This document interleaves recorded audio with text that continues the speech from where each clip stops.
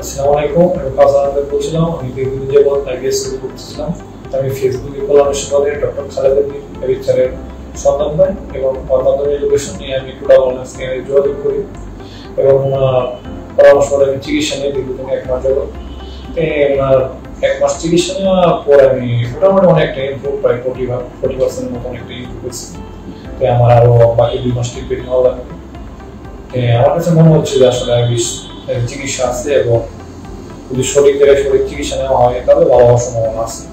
তাই আমি অনেকটা মোটামুটি ইমপ্রুভ এবং আমি আশাবাদী বাকিটুকু করার ইচ্ছা আমি এখন চিকিৎসা চালিয়ে যাচ্ছি।